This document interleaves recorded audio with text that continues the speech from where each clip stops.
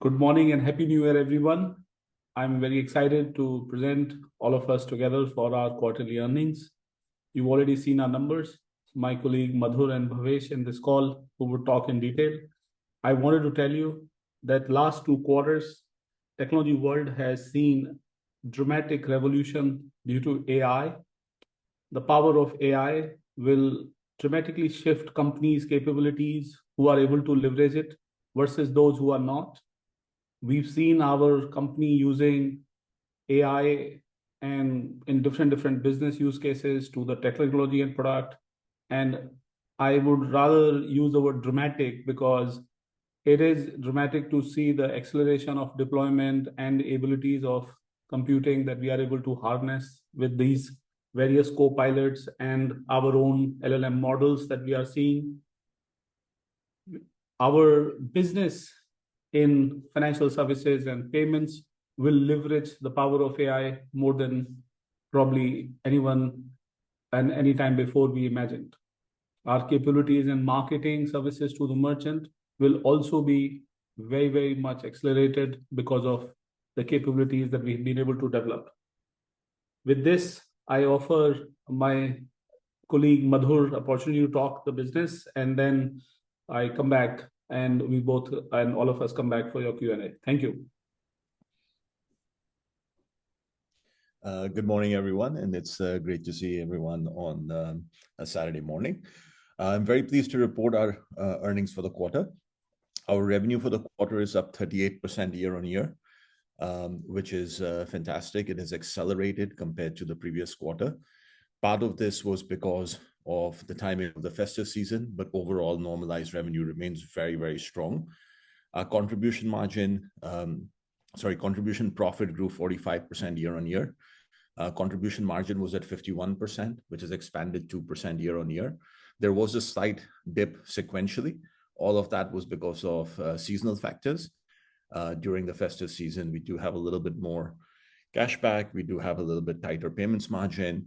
We also have our events business, which has a large amount of direct costs. It's a profitable business, but it does see a big scale up in Q3 and Q4. And as a result of that, you can see a little bit of a sequential dip. We do expect our contribution margin to remain in the mid-50s going forward.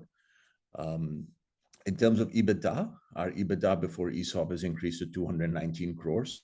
As you can see from this chart, this has been a consistent improvement every quarter for the last 6 or 7 quarters that you can see since we turned break even and profitable. We expect, because of the very strong momentum that we have across several businesses that we'll talk about, as well as operating leverage, that EBITDA will continue to improve, and next quarter will be better than this quarter. We also just highlighted our profit after tax, which has improved by 170 crores. It's still at a negative number, negative 222. But the reason we highlight this is we are very focused on bringing ourselves to PAT positive in the very near future as well. Can we go to the next page, please? This is our payments business profitability. As you know, net payment margin is a sum of payment processing margin and the subscription revenue that we make. This number has gone to 748 crores this quarter. It has grown by 63% year on year. So we continue to perform extremely well on this metric. And we'll just try to explain this a little bit more clearly. Our payment processing margin without UPI incentive, and I should just highlight that there was no UPI incentive this quarter, that is usually expected in Q4. Even without UPI incentive, we were in the 7 to 9 basis point range. As you can see, our GMV growth was very strong, both on a year-on-year basis as well as sequential basis. And we for the first time crossed 5 lakh crores of merchant payments this quarter. Our merchant subscriptions continue to show very strong growth and actually an acceleration. So if some of you may remember that we were at about 10 lakh net adds a quarter for several quarters. And last quarter, we saw that accelerate to 13 lakhs. And this quarter, we have seen that accelerate to 14 lakhs. So we're seeing a new base for addition of merchant subscriptions. And as you may remember, we make about 100 rupees per month per merchant for these subscription. As a result of all of this 63% year-on-year growth, in net payment margin, even without UPI incentive. Can we go to the next page, please? This is our financial services business, where we wanted to highlight a number of points. One is our value of loans distributed through our platform is now at 15,500 crores. That is a 56% growth year on year. You will see that the yellow line, which is PayTM postpaid, has seen a sequential decline. I'm sure a number of you were on the call that we had in early December, where we talked about PayTM postpaid potentially declining from the PayTM postpaid declining from the base that we had through a conscious decision that us and our lending partners have made. So we have calibrated that. Next quarter, you'll see the full year impact of that. So that's the number. This is the number that we had for this quarter. Our personal loan and merchant loan continue to grow very, very well. Our portfolio quality, most importantly, continues to remain stable and healthy, well within the parameters that we have talked about. And we obviously on the top right share every quarter what the collection performance and as a result, the portfolio performance is. Our merchant loan in particular is showing very healthy trends. We're very excited about this business. As you know, our number of subscriptions keeps growing. So we are now over 10 million, over 1 crore merchants who take a subscription from us, and more and more of them are becoming eligible from our partners for a loan, and more are showing interest in taking these loans. So that continues to be a huge growth driver going forward. We talked a little bit about high ticket loans a month and a half ago, and we just wanted to elaborate on that. We have made significant progress in that business in the last 4 or 5 months, and even since the last time we spoke. We now have 2 crore whitelist users from our lending partners, and it is showing early trends of scale. So Q3 distribution of this number, which is the first time we're disclosing this number separately, was 490 crores. For a business which is very, very early and very recent, this is a tremendous number, and we're very excited about where this number goes going forward. And like we said on the previous call, and we'd like to reiterate, that we'll continue to calibrate PayTM postpaid or postpaid loans, as we call them, as per regulatory guidance and lender expectations. So this is an ongoing exercise, and we'll continue to do that. Collections I've already talked about. I did want to highlight 2 other businesses in financial services where we are seeing very good momentum and very, very large opportunity. So insurance distribution, we're seeing great product market fit for some of our embedded insurance, as well as for merchant insurance products.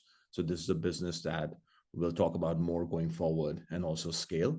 You may recall that Vijay in an earnings call about a year ago had said that insurance is about a year from now activity for us. And this is where we are. We are a year hence, and we're seeing the efforts that we have put in here starting to give us great opportunity going forward. So we'll start to talk more about this. Equity broking, as many of you know, we have PayTM Money, which is a mutual funds and equity broking platform. This is a huge market, very profitable, and we're seeing huge scale-up opportunities here for both F&O and equity trading customers. Can we go to the next page, please? This is marketing services, which we previously used to call commerce and cloud. The reason we call it marketing services is this business has become primarily about providing marketing solutions to our merchants. So going forward, we will call it marketing services because that's really the core of what we are doing. And also cloud might be slightly confusing because we don't really do cloud computing services or data centers and so on. So just for clarity, we're going to call it marketing services. The core of this business drives enormous amount of high margin monetization from our merchants. This business has grown 22% year on year to over 500 crores. So it's the first time this business has crossed 500 crores of revenue. We sell discount deals, gift vouchers, and other digital goods like tickets, travel tickets, and entertainment tickets. We're pleased to report that our GMV grew 48% year on year. So that's very strong performance from our various teams. And that is partly as a result of growing market share in travel. We have had a huge ramp up in our deals and gift voucher business, which is relatively early a year ago. And we're also seeing some positive momentum in entertainment. We offer brand marketing, advertising, and loyalty services to brands and businesses, and that business is also growing very fast year on year. And finally, our credit card distribution business is also here. And we, for the first time, crossed 10 lakh PayTM consumers acquired for credit cards. So that is 125% growth year on year. So I would like to say that all of these businesses are effectively firing on all cylinders and contributing to the strong momentum that we have overall as a company. Can we go to the next page, please? I'll just hand it over back to Vijay to talk about our key focus areas going forward, and then we'll take Q&A. Thank you, Madhur. So as you guys would have seen here, we've been able to leverage the AI in two key areas. One is that we've been able to see accelerated deployment and code generation, QA, etc. that is in the product and technology. And we are working with various co-pilot technology companies, and this is showing already deployed and doing incredible. Secondly, it is also enabling us to create operating efficiencies, because in many, many mundane tasks, we are able to now remove humans and have machines to take care, and that is able to scale and create an error-free system. So these two things are our key AI-led initiatives. We're talking about monthly transacting users and financial services approach here. If you notice, we also crossed our 100 million active customers in last quarter. This is also a key milestone. As many of you would know, that there are visitor registered users, user that logged in, etc. We always show the active transacting users. Registrations are upward of 600 million on our platform, just in case, but that is not the number that is material. But the material number is monthly transacting user that crossed 100 million. And we have been able to do it very prudently. And our focus is on acquiring strictly monetizable incremental user, which means that we've been able to do, as you notice, the acquisition very, very prudently. And there are products like UPI credit, UPI auto pay, which are actually going through the roof. And we believe that that will generate even a high quality of customers on our platform. And we will continue to acquire customers with that insight. Our merchant payment side, which is very, very important. And I think as PayTM, we want to be known for the payment merchant network that we are creating, partnering with all payment networks. Here, our approach has been led by multiple devices. As you know, we've created Soundbox and card machines and various hybrids of those. And we have even few more in pipeline, and in continued in next year, you will see tons of our multiple device formats serving different needs of merchant, and that remains a focus area for us. In fact, I also want to share here that we've been able to do good work on sourcing and supplying and building homegrown capacities on this. That's a USP that we've been able to build on. You heard from Madhur on high ticket loans, and Bhavesh is going to talk more about when you ask more in detail. But overall, I can tell you is that we've been able to drive high ticket loans, as you saw, in literally for last few weeks in the quarter, and the numbers you saw were very, very encouraging. We keep focus on that. And as far as insurance is concerned, it is sort of something that we are able to bundle in our core offering, whether they are merchants, whether they are consumers, where we are doing embedded insurance. And the results have been very, very encouraging, actually. In fact, I can say that it is better than what we had imagined this to carry on. So that is why we are talking about insurance out there as one of the key KPI. In fact, equity trading is very simply PayTM customer needs to be cross-sold. We will bring lots of offerings of PayTM, stockbroking, and mutual fund, etc. on main consumer app. So you would see better cross-selling opportunities for our PayTM consumer base on financial services overall. Marketing services is, I'm going to say, this is like a byproduct of the traffic on consumer app where we have consumer business. Obviously, merchants can offer deal, gift voucher, discounts, coupons, etc., and they can sell those, even tickets. We've been able to also create lots of marketing, branding opportunities for brands, like you're seeing here, some brands showing up. We've been able to create customer acquisition and branding opportunities for businesses, brands, and even credit card issuers, which are our partner credit card issuers. So we're very, very happy. And that is our focus area for next 4 quarters. Thank you. Thank you, Vijay. We will now proceed to Q&A. A reminder to kindly utilize the raise hand feature on your Zoom dashboard if you seek to ask a question. We will unmute your line and take questions in the respective sequence of raised hands. In fact, I wanted to say this, I wanted to reinforce one extra thing when I was talking about forward-looking guideline. Because of efficiency and so on, the important thing that Madhur said was that our next quarter seems even better than this quarter and in bottom line. And I think our attention to the PAT is what is showing up in our results, and it continues the momentum in next quarter also and next quarters. Thank you. Thanks, Vijay. The first question of the session will be from Mr. Vijay Jain from Citi. Thanks for the opportunity, and congratulations on a pretty decent set of numbers.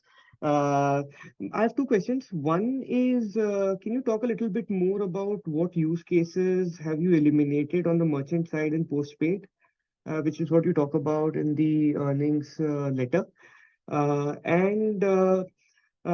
Associated with that, if you can talk about the reduction in whitelisted customers by 15%, is that comfortable enough from an ongoing perspective, or do you think you'll be tightening standards a little bit further here? Thank you. That's my first question. Yeah, hi. Thank you, Vijay, for the question. Good morning, everyone. Vijay, the use cases that we have taken out are predominantly where we could see that consumers were fundamentally spending a larger portion of their postpaid line in a single use case. What I mean to say here is that what we basically double click is typically a postpaid user. They do between 5 to 7 transactions a month using postpaid. But we also used to find or were finding users who are kind of consuming either through 1 or 2 transactions the entire limit at certain category of merchants, could be online, lifestyle, could be high ticket, offline, etc. So we have calibrated that acquisition of postpaid to bring down the disbursements of postpaid, which could be argued was kind of on the edge of riskiness and was discomforting to us and obviously to lending partners. When we say we eliminated, I think the way we used to do, and I have said this for the last many quarters, that we every month look at not just for PayTM postpaid business, but even for all our credit business, we look at what's happening to various cohorts of users, and cohort definition is fundamentally to do with what the user is doing in terms of vintage on the platform, geography, spends, delinquency trends, recovery collections, etc.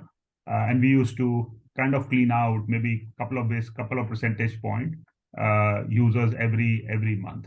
That number has got enhanced by us. So instead of taking out, let's take about 3 to 4% every month that we used to take out from our base, we've taken out close out 15%. This were the cohorts that our lending partners suggested to us were showing higher leverage as far as bureau data was concerned with them, and hence they were not very comfortable. And we also felt that it is the right thing to do given the macro environment. So this is what 2 things have happened. Going forward, I think the sense that we understand is 2 things are happening. One is because you've calibrated use case, and because we have calibrated the number of customers who are getting incrementally onboarded or are remaining on the platform. While remaining on the platform is still a very large number, but the use cases have been calibrated. The user who was using postpaid, the frequency is coming down. So while there was an anticipated cut in GMV that we expected, there is more than anticipated cut of usage also that we are seeing, which means that this number that we've reached out in this last quarter, especially December, which is a drop from the peak of postpaid disbursement by about 50-60%, will continue to look downwards in Q4 and could stabilize maybe after Q4 end or maybe in early Q1. But it's too early for me to say. But at this point in time, we believe this would be a number which will slide down further. Got it. Thanks, Bhavesh. And Bhavesh, my next question is, the loan performance indicators that you publish, I can see that there's a little bit of positive move on the bounce rate for personal loans there, but there's no change otherwise.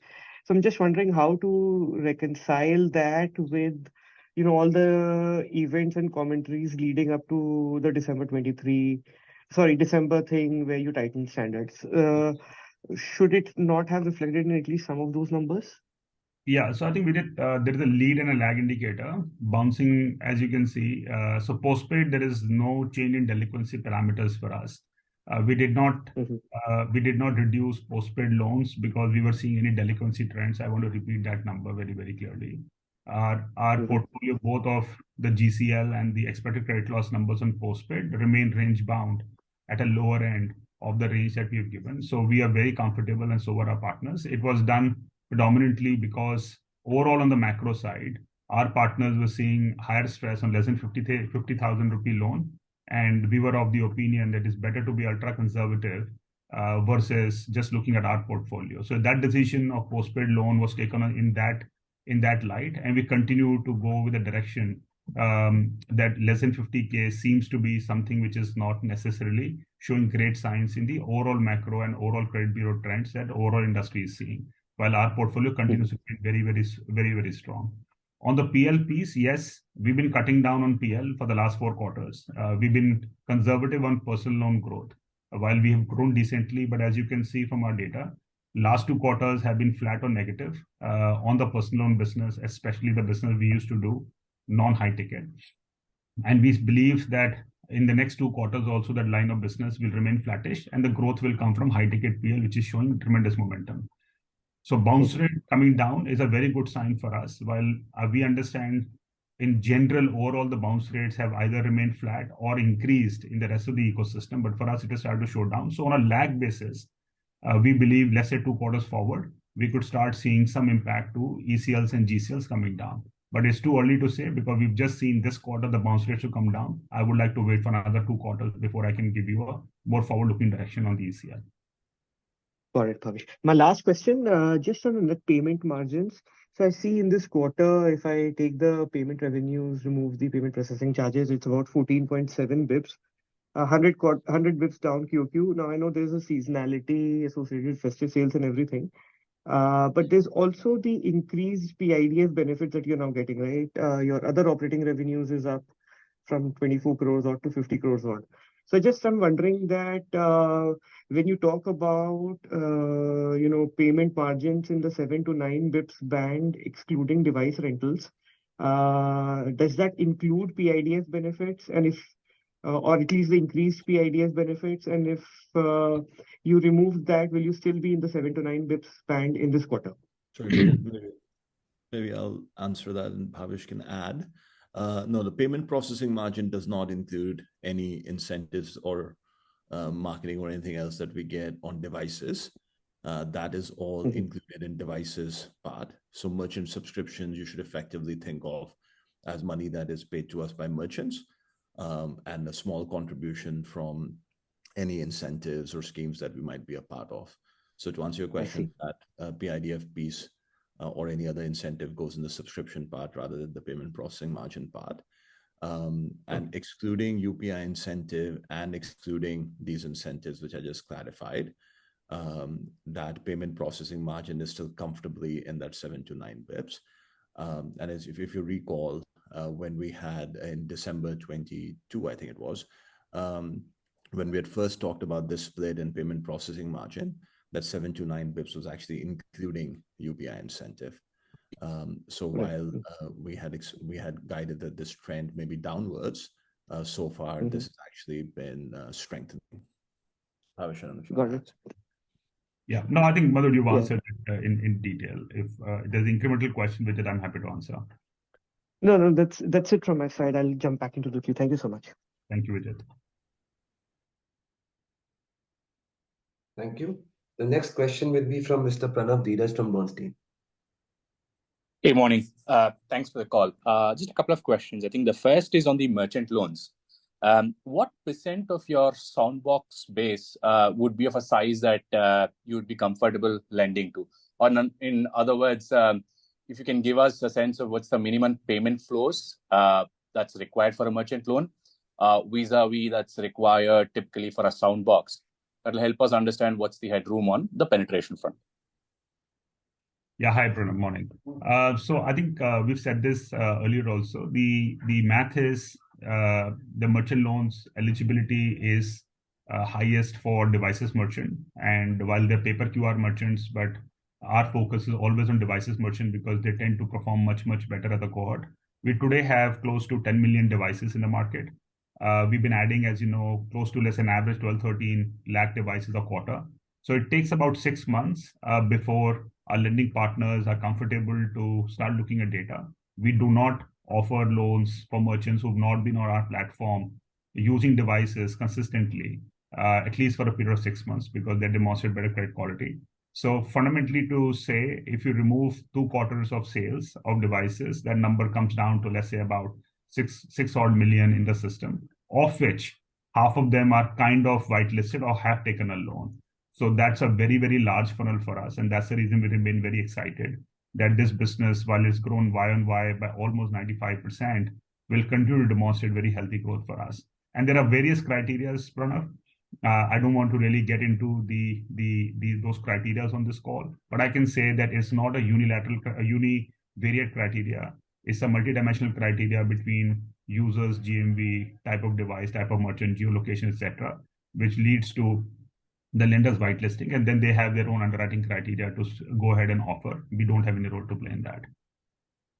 Understood. Thanks. So if I would understand right, so you're saying that when you give out a soundbox, if everything else holds up, those typically are customers who would become eligible for loan from a size perspective. Yeah, so 50% of them, because Soundbox is delivered in 500 locations, whereas merchant credit is given at about 175. And hence there is about 70% of Soundbox sales is done in locations where lenders give credit, of which you can say about 70% get whitelisted after 6 months. Understood. Very helpful. Just other question on the postpaid loans, right? So you mentioned that the portfolio, the BNPL portfolio for you has held up very well, whereas the lending partners are seeing stress maybe elsewhere in the system. In that context, would you rethink your decision not to have a balance sheet of your own, or would you have done something differently, given the numbers that you're seeing, if you had a balance sheet that you could lend off?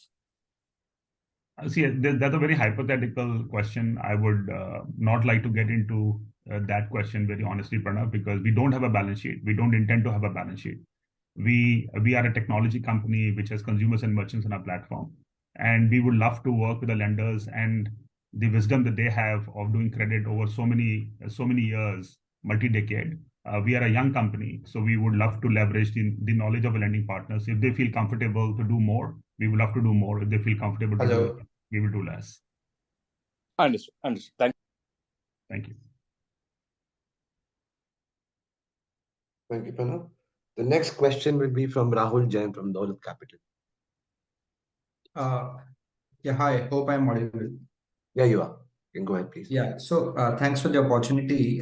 Just 2 questions. Firstly, you mentioned that for high ticket, you have close to 2 crore whitelisted users.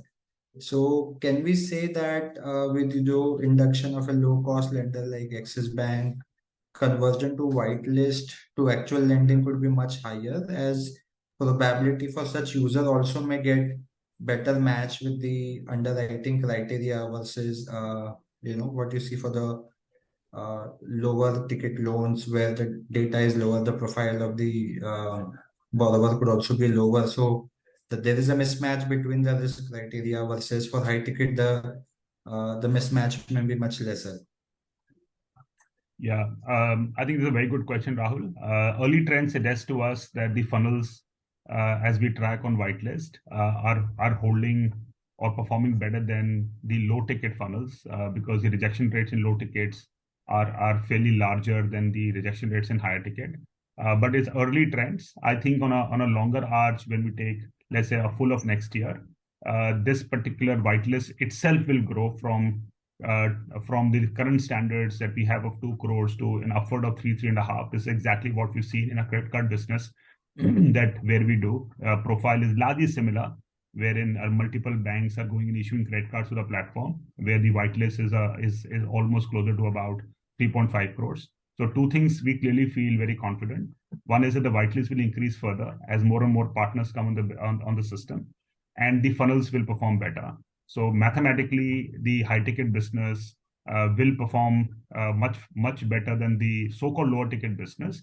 But the scale of this business is contingent to various factors. And what we are seeing as early trends are giving us very good comfort that quarter-on-quarter basis, if those trends play out, this business should become a materially large business for us as we see the next year. Right. And on the postpaid side, since so the criterias may not improve materially different than what we observed in December in a near future perspective, is there a revised strategy in terms of getting a different set of partners for it, or maybe the increasing the size of the exposure, changing the cohort which needs to be targeted on that product, because that product is pretty good and unique. But if you don't grow on that kind of a product, I mean, that's a serious differentiating offering, and why not to leverage that? Yeah, so I think, Rahul, there are two different elements of your question. I want to ask them differently. We at a macro level, when we see and hear that overall basis, there is a concern that banks and non-banks have on a lower ticket volume of business. I don't think as a strategy we want to arbitrage and move to a partner who could technically say, hey, I'm happy to take this risk and let's do business with you, can do business with me. Our belief here is that we would love to build a business which on an overall basis is aligned to the way the regulator is thinking and the lenders are thinking. So if there is a concern, either regulatory or otherwise, we would like to play with that and make sure that unless and until the overall macro environment and regulatory environment is positive, we are not necessarily going ahead and building this business at a scale that we were building earlier. Having said that, every product goes through calibration. While what you've said is correct, that postpaid is genuinely a differentiating factor. But I also want to mention that we have been doing multiple lines of business, including merchant credit, personal loans, now high ticket personal, etc. We also have built strengths on those businesses, which today's environment allows us to scale those businesses over postpaid much faster. So we'll continue to calibrate postpaid, if you ask me honestly, at this point in time. And we'll see as to how the environment is changing to positively in this area. And does that mean that we have to make some changes in the product? We'll do that in due course of time. But at this point in time, we don't propose to make any changes in the product to kind of navigate the environment. We would like to play the environment and be conservative. Right. Understood. Just one bit if I can. So, since our profit improvement is quite consistent and our commitment on the cost management is also very obvious, all our monthly metrics are very healthy, be it GMV, MTUs, and so on, and in one direction without any disturbance. Then just trying to understand what refrains us from giving a bad guidance either for short term or maybe more medium term basis. Is there any reason to that?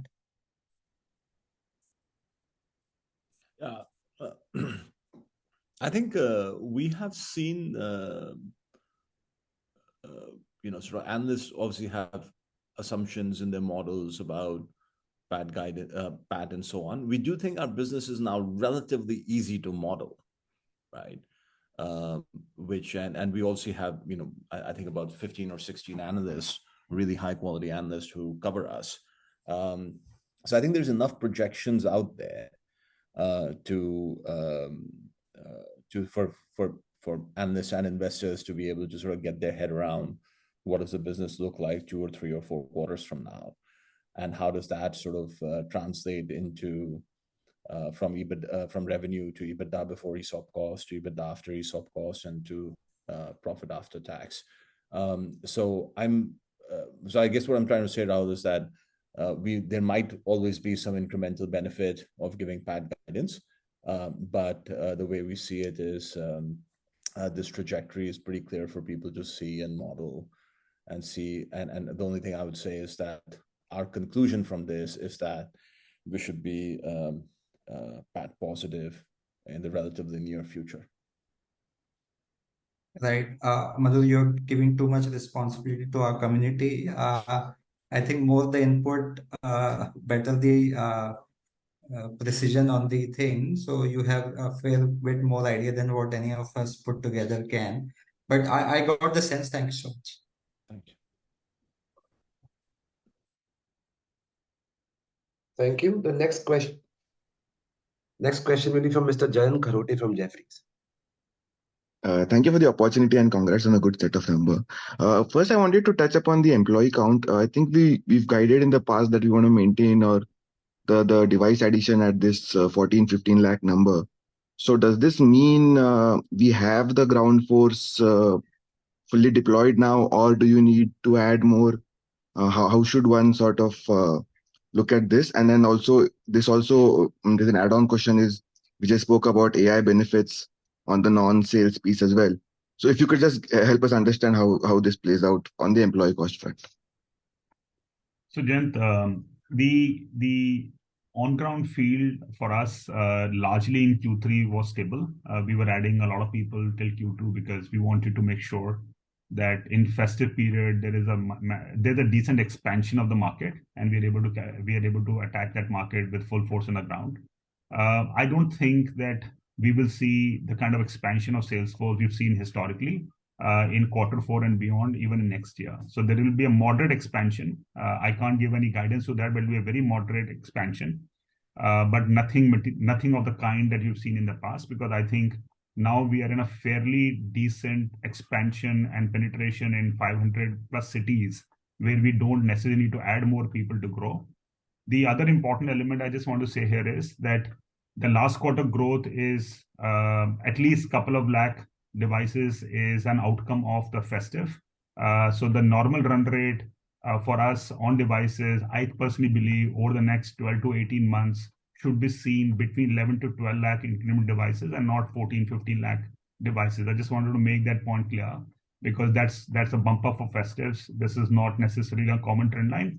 11 to 12 lakh devices also is a very, very decent number on the back of the 1.1 crore devices that we have in our system. Vidya, you want to take the AI question? Yep. So there is clarity that instead of expanding the more number of let's say different business functions, we are trying to add the capabilities of we're clearly trying to add the capabilities of machines and systems. So the systems and capabilities will continue to grow on our platform, which will necessarily create not so much of demand in a linear way of number of people that we need. That's the answer, I'd say. Thanks. Second, on credit card on UPI, Madhur, if you could also help us put this in perspective from a slightly longer or a medium term. How much of our GMV can you think can come from here, and what are the early trends or indicators? And tied to that, how meaningful does this is this for our payments processing margins? Bhavesh, you want to take that? Yeah, let me put this as an early trend question first, and then on net payment margins. I think early trends are fantastic.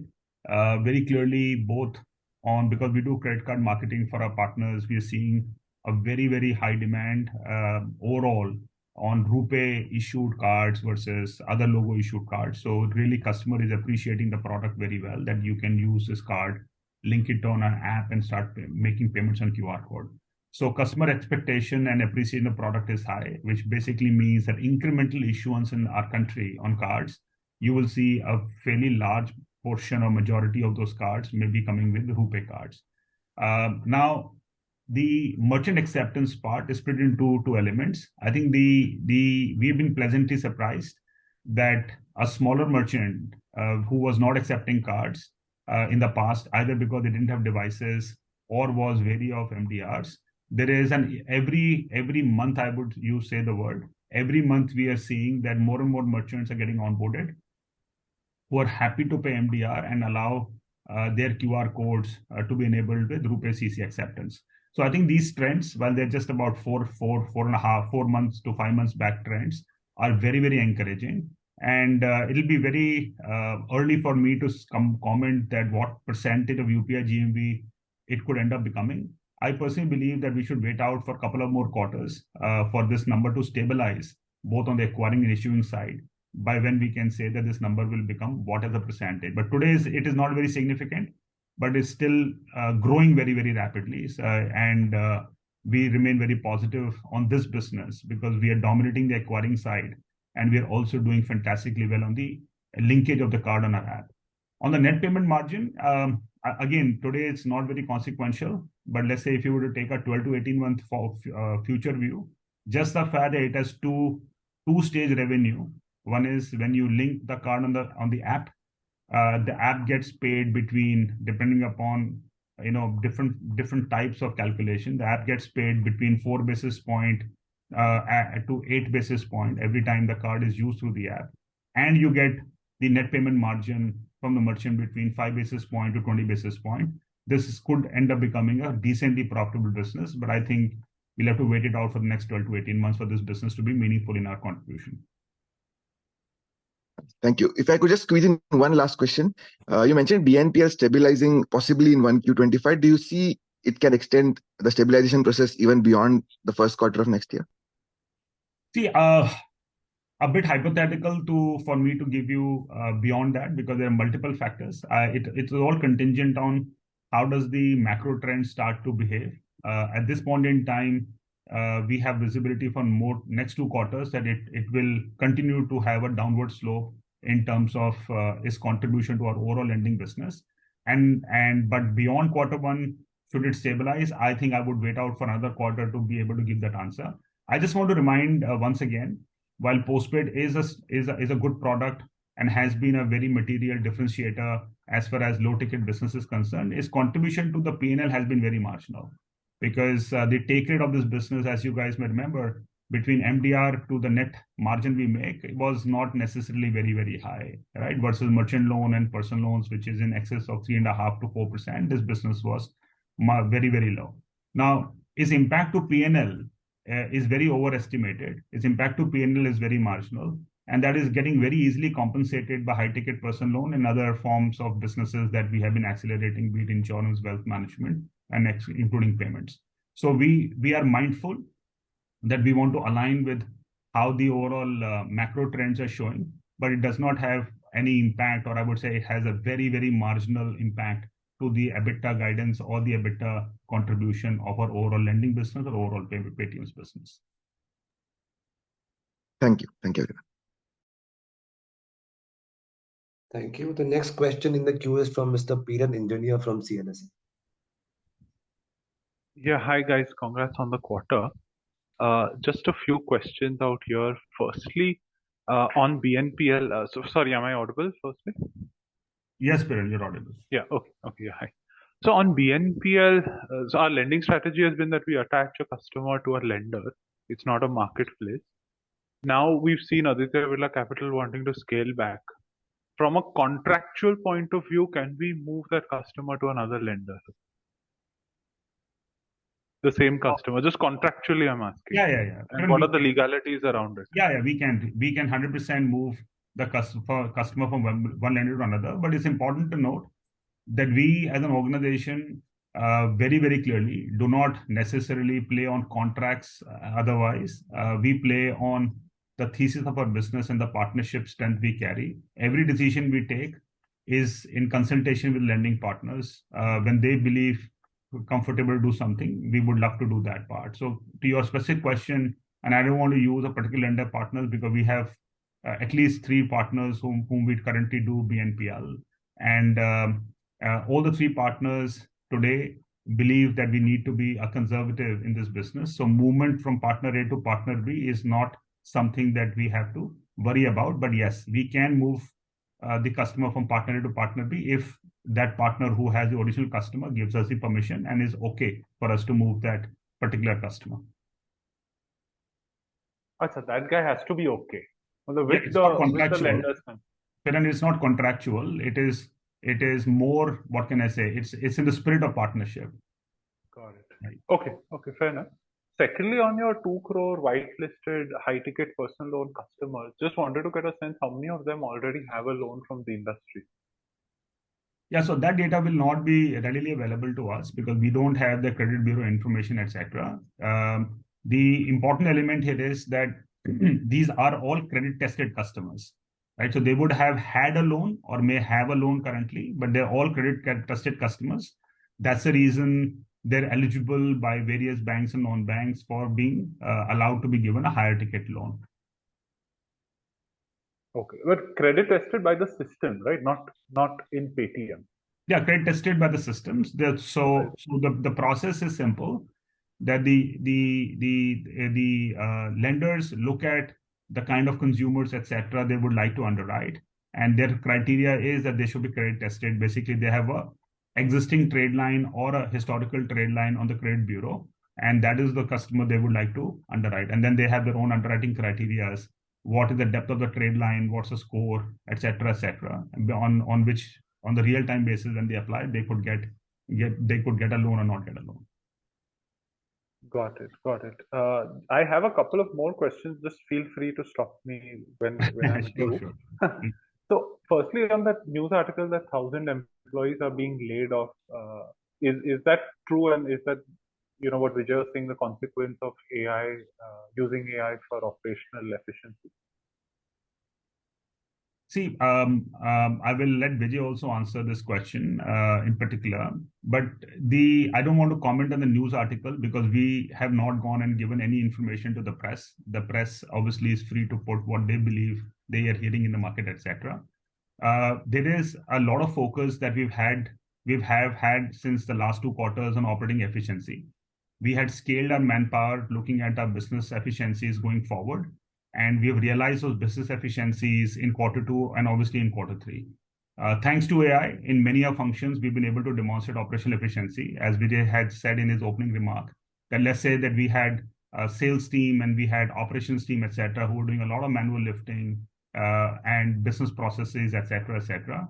Today, with technology which is powered through AI, we are able to do, let's say, that work much more efficiently with less number of people. So there is some efficiency which is technology led, powered through AI, but there's also a lot of efficiency that we've been able to build into our business, primarily by making sure that there is a focus on cost and that focus on operating leverage. A combination of two has resulted in our people cost going down. And as I said, I don't want to comment on what press is writing, but we have seen our people costs come down, and we will remain much focused and tighter on our people cost, especially on the ground sales team, which is a very large part of our overall people cost. Got it. And just lastly, in stockbroking and mutual fund distribution, I just struggle to understand the sort of impact, like what differentiation will you all have? A, because mutual fund distribution is generally direct plans, so you all don't really earn anything.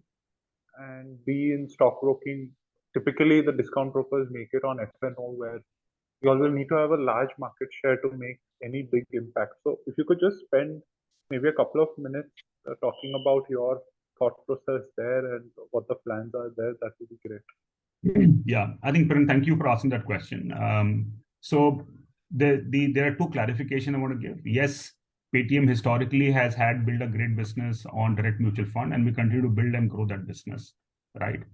The important element here is that in the last couple of months, we've also gone ahead and set up a separate line of business independently of direct mutual fund by taking an ARN code on which we are focusing on building newer products on daily SIP, monthly SIP, and general direct mutual fund on which we earn commission, which is a decently good number. But the AUM under that business is currently small, but it's growing rapidly, right? And given the size of MAUs that we have, you can imagine that any product that we are able to add value through the number of customers coming in the PayTM app, that number can multiply very, very decently. And we've seen early trends on a mutual fund distribution business on the back of SIP and otherwise the one-time mutual fund investment on which we earn incentive growing at a decent size and pace. Early trends, but obviously we feel very positive. To your other question, I think this business is hinged on two levels. One is the platform's ability to attract users who either could be existing equity or FNO traders in the market, and to attract users who could be the first-time equity traders. I think again the same answer, just like we've demonstrated in our credit business, we've demonstrated in our marketing services business. PayTM platform offers a wonderfully unique opportunity to be able to target these 10 crore MAU customers who are coming on the PayTM platform, who could very conveniently, through the product that we have built called PayTM Money, be able to open their demat and a trading account and use the technology interface, which in our opinion is best in class, and be able to trade, right? And yes, we are a discount broker, but we still are able to do a wonderfully good job in giving the product differentiation versus many other platforms available in the system. Why we feel excited, Piran, is that we've been working on this product for the last 2 years. It's only in the last 2 quarters we have seen that the scale of new customer acquisition has become very, very decent. And the depth of customers who are coming on a platform and trading either an FNO or equity trading is also becoming significantly large for us to now further invest in this business and grow. So our right to win is our distribution franchise and the product innovation and the product convenience that we offer over other platforms. And we believe that right to win will further accelerate this business into a zone where this could become meaningful in the next 12 to 18 months as a part of financial services revenue. Got it. This is useful. Thanks a lot. Just one suggestion, if I may, a humble request. We've got a lot of companies reporting on Saturdays. If something could be done where your board meeting is moved on a weekday and the call is moved on a weekday, it will be really helpful. It's just that the bandwidth we give to each company, then Thank you. Yeah, please. There's something I've asked Anuj multiple times. But anyway, Thank you so much. Like Madhur said, next time we will definitely try to make it a weekday. Thank you. Please. Thank you. Good input. Thank you. Thank you, Piran. Given the current queue of questions and raised hands, we'll extend the call by 10 minutes. A kind request to the remaining people to kind of restrict their questions to 1 or 2 per person. The next question in the queue will be from Mr. Jigar Wali from Home. Jigar, your line is unmuted. You can go ahead. Sorry. Thank you so much. My question is basically, we had about a couple of lakhs extra devices because of the festive. So does that also come along with a slightly discounted subscription rates? And as we, instead of 13, 14, if we are doing 10, 12 lakh devices on a normal basis, the subscription rates also would be slightly better. Actually, it's a bit tactical play on pricing. The honest answer could be, we could have lost maybe $5 a device rental in festive just to make sure that we are capturing the market. Rental is important, but the GMV through the device, the opportunity for us to earn MDR and then eventually get credit onto the merchant is a much bigger opportunity. So that's the way we see it. So short answer is yes, we could have lost maybe $5 a device in that quarter. But on an ongoing basis, if we are putting out 12 lakh devices, 13 lakh devices, or 10 lakh devices, I don't think there is any material change in our rental per device from an ongoing basis perspective. So that number will remain in the range of $100 that we've reported in the past. Got it. A quick second was that with regards to the mutual fund or the equity broking PayTM Money client acquisition, is it largely a function of product differentiation and convenience, or does it entail any acquisition cost or any schemes offers, etc.? So it doesn't entail any kind of scheme offers. Anyways, it's very restrictive, as you know. You can't offer much schemes on enticing or getting clients on board. I think it's a leverage of product, and the fact that the PayTM Money is now an integral part of the consumer app of PayTM. The natural or organic traffic, as we call it, of 10 crore people coming and using the PayTM app every month allows them to explore this product, and obviously the journeys are built in a manner that the customers are able to activate their equity broking account and start trading through the PayTM platform. So the product differentiation is an experience, but the acquisition engine is the PayTM app, which is a massive differentiator versus anybody else, because I don't think any other platform out there who's doing equity trading has 10 crores customers coming on the platform. So we feel very bullish that traffic could just give us a very accelerated pace of acquisition in this business. Right. I have a few clarifications with regard to slide 5, if I may. So one is uh, yeah, thanks so much. So one is 490 crores that we would have done would largely be lot back-ended and probably like a monthly rather than a quarterly type of a number. And 2 crore whitelist users is on what base? So if this has to expand, so is it like the best of the entire 10 crore, or is it 2 crore out of a certain set of thing which is there? And if 2 going to 3 or 4 or whatever, based on the number of lenders increasing and the profiles improving, so would that be a part of the static base, or it's a partial base which we have covered for the 2 crore whitelist? I think this is a good question, Jigar. So let me answer the latter question. The 2 crore is, I would say, a part. So 10 crore is obviously over many cities and pin codes, and not every lender is available in every pin code. So the eligible base, which broadly I would say high ticket business will be about 65-70% of our MTU, because everybody will not be comfortable lending in every nook and corner of the country digitally. So from within that, we are currently at 2 crores. So you could say, at a shorthand answer from me, that maybe about from 65 to 6.5 to 7 crore customers who are eligible for credit out of the 10 crores, because this is where on pin codes where credit is being disbursed. Currently, whitelisting is 2 crores. Will this number go up? As I said in a previous answer, yes, this number will go up as we add more lenders and people get comfortable. To your 490 crore answer, no, it is not back-ended. As I had said on my December call, we had started high ticket business in sometime in Q2 mid. There were early trends that we saw with one partner. We grew that business in end of Q2, and whole of Q3 we saw one more partner getting added into the system. So this number was not back-ended, but yeah, we had more than 200 crores of disbursement in December, and that number continues to keep growing from here on. That's great. And the the matrices should keep improving as the high delinquency, low ticket loans are going off, and the better quality high ticket are improving. So overall ECL, etc., would also improve as a function of the mix changing, right? Yes, but currently the portfolio that we show for merchant loans and personal loans does not include the high ticket, because high ticket we are not linking our incentives to the portfolio performance yet, but we will have a collection obligation in some form and factor. As the business matures, we'll start declaring those matrices accordingly. Finally, would you have any penetration target for any of the segments, including the high ticket?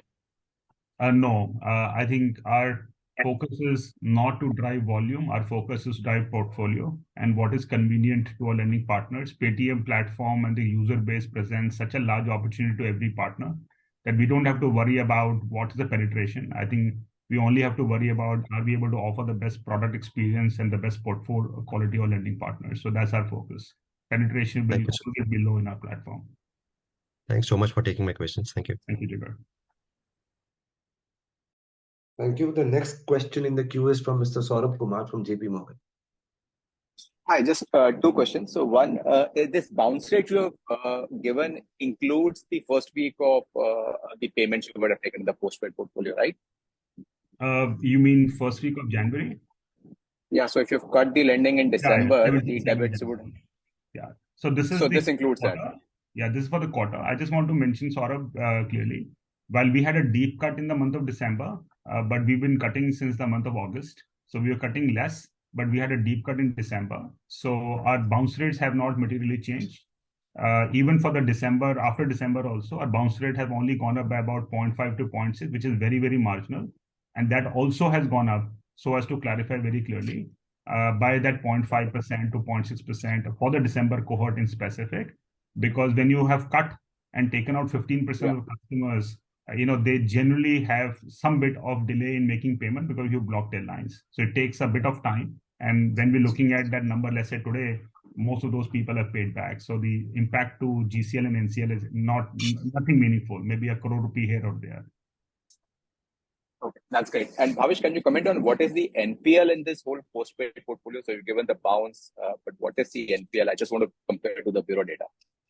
Yeah, so we don't track it the way lenders track it. Saurabh, as we mentioned, on a 32-day basis, our ECL operates between 0.65 to 0.85, and that has not changed. It's actually somewhere in the middle in the number. So that number remains the same. Basically, if I just kind of go through a disclosure, it should be in the 6% odd ballpark.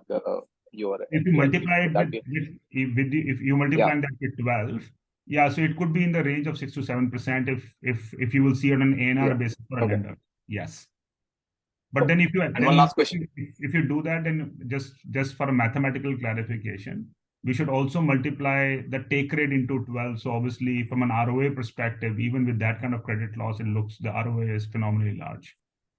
Yeah, that I understand. Just one last thing on this contribution margin. Should we now expect this? I mean, even if we add the pro forma UPI incentive, you to stabilize at this 56, 57% odd level, or how should we think about the contribution margins from here? Yeah, I think Madhu clarified that it will remain in the mid 50s. I don't think that number is going to change. There was an aberration on festive, wherein we obviously offer better incentives to merchants to process payments through PayTM platform. That incentives go away in a normal case scenario. So we should be largely in that range. And so we have been largely reporting it without UPI incentives. So UPI incentives on our current revenue base could be another sort of number on top of this. But we have typically been reporting this without UPI incentive. And we have mentioned it in writing in the earnings release as well that we expect this to be in the mid 50s. So it's as official as it comes. Thank you. The next question we'll take is from Mr. Nitin Agarwal from Motilal Oswal. Yeah, hi. Congrats on good set of numbers. So few questions. First is again on the whitelisted customers. So what is the success rate in terms of customers accepting the high ticket PL loans that you are offering? As some of them may already have some pre-approved offers from the banks. So how do you compare the success rate of these loans vis-a-vis the normal PL that you have been doing up till now? Yeah, so the approval rates, Nitin, are much higher than the less than 2 lakh rupee loans that we were doing. So typically there the approval rates were in the vicinity of 15-20%, between, because we used to do double filtration, we decline majority and then lending partner declines at their end. Here the approval rates are in excess of 40% as the early trends suggest, and I think they will only become better because the whitelist will keep getting refined by the lending partners, and the credit quality is going to become better and better and better. With regards to the overall conversion that these customers could be pre-approved by a bank, etc. Yes, at a fundamental level, your point is correct. But what we are seeing clearly here is that the customers not necessarily are always aware of what they have with their existing bank. So they are not that much used to using that their bank's platform or lending partner platform that actively versus how they're used to using PayTM platform.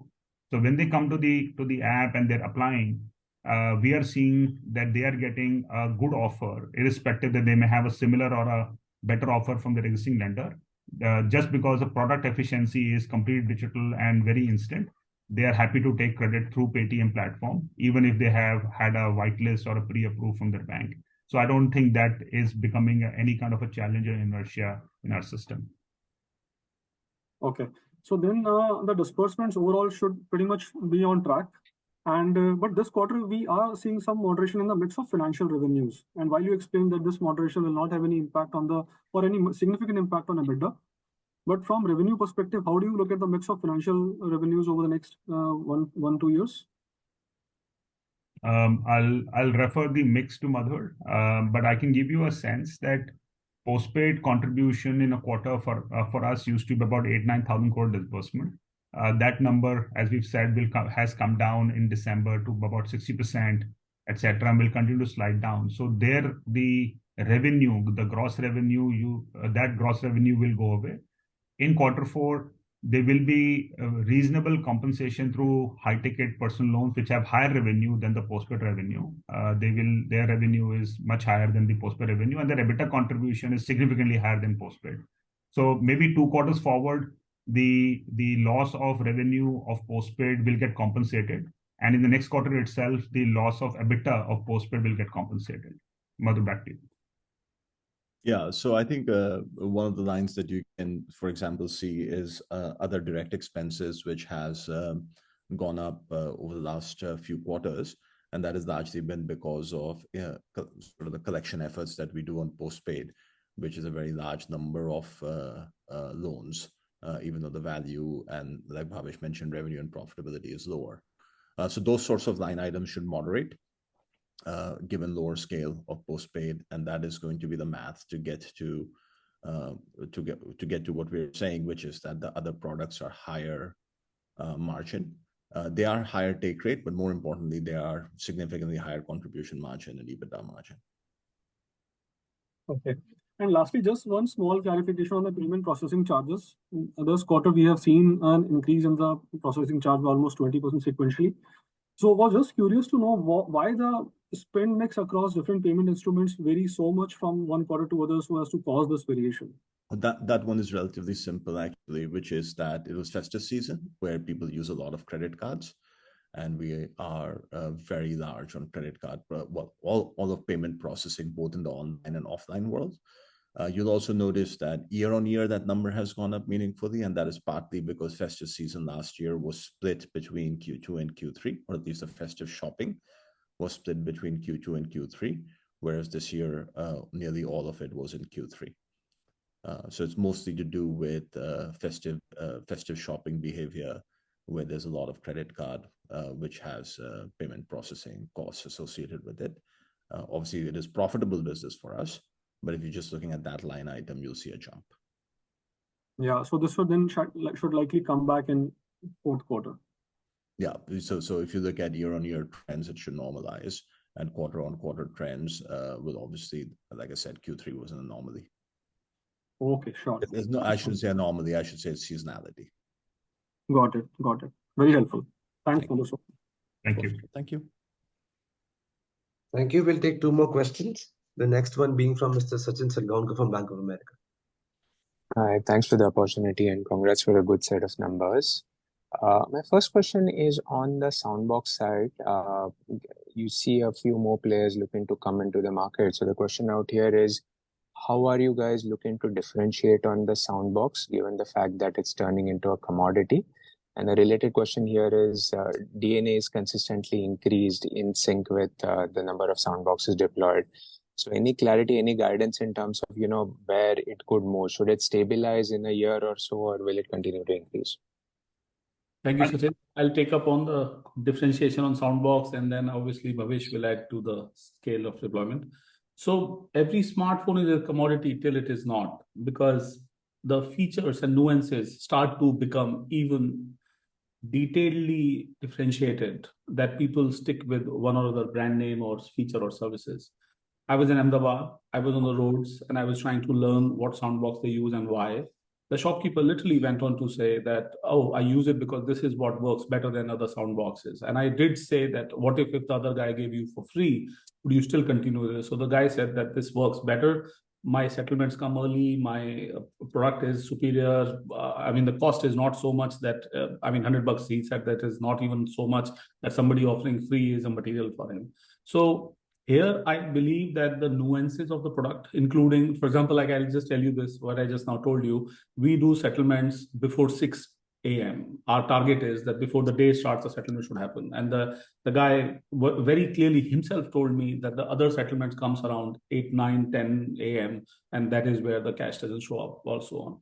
And then the acceleration, the notification speed, success, surety, and then nuances like Bluetooth, etc., that we have added and we continue to add those features are actually the differentiator.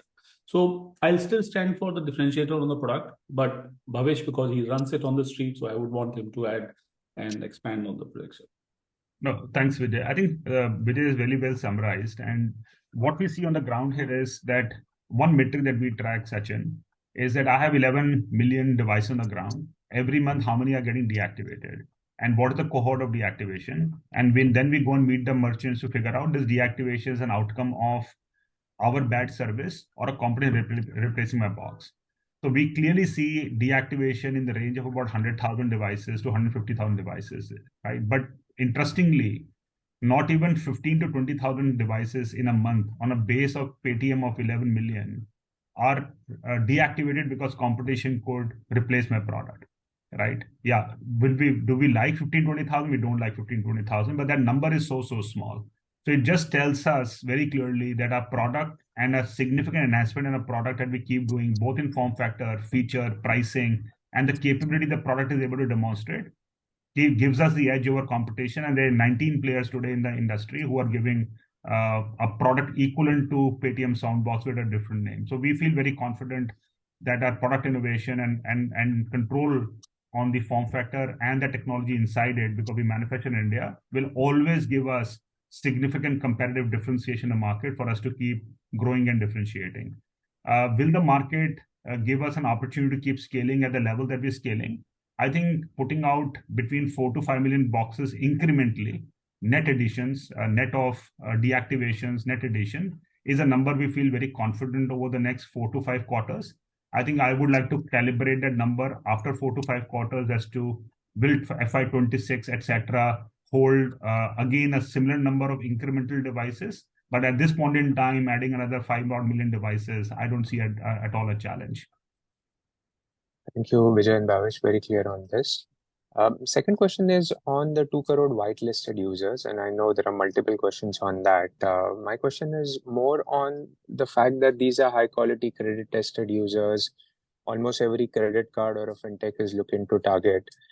So what is the differentiation or competitive advantage you guys bring out here? Is it what Bhavesh answered or one of the earlier question, is the ease of getting loans? Is it the interest rates what you're giving are low, or is this some other kind of a differentiation where you guys feel confident that the growth out here will be strong?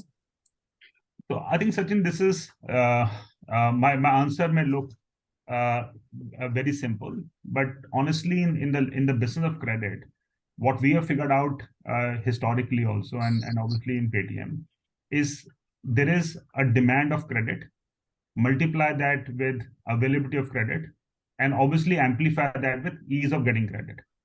So we're not changing demand. Demand is already there in the market. What we are changing is availability. 10 crore people are able to see the icon to get credit, right, in the system of PayTM, which I don't think any other digital mean other than Google and Facebook from advertising point of view, any other mean is able to show 10 crore people availability of credit. So that is the first differentiation PayTM brings on the table. Then is the amplification through ease of product journey, offering, simplicity, pricing, etc., etc., etc. And that is where our technology, our product, our nuances of understanding how journey should be built is able to help us. So multiplying these two things gives us significant right to win, and which we have already demonstrated with 2 partners. And I think over the next couple of quarters, you will see these numbers start to reflect what I'm saying at this point in time. And we will also learn in the process and make our product even better. Correct. And my last question is, wanted to understand, so you guys are 2 partners today right now on the personal loan, unsecured 50K and above. How many more partners could we have in, let's say, a couple of quarters? I think we are already integrating with about another 2 partners currently. And we have a lot of interest from various banks and non-banks to integrate for not just for personal loans, but even for business loan, high ticket.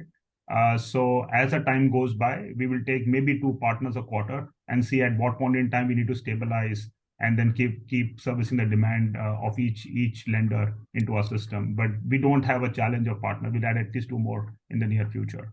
By the way, we don't have just 2. The 2 is incremental. That is correct. Okay, got it. Thanks for that, Vijay. Thank you. Thank you. We'll now move to the last question of the session from Mr. Satish Kothari from Sage One. Satish, your line is unmuted. I think Satish is not there, so we may close the call here. No, a kind reminder to everyone that the presentation showed today, a recording of this call and a transcript of the call will be available on the company website. Thank you all for joining. Thank you. Thank you, everyone. Thank you very much. Thank you very much.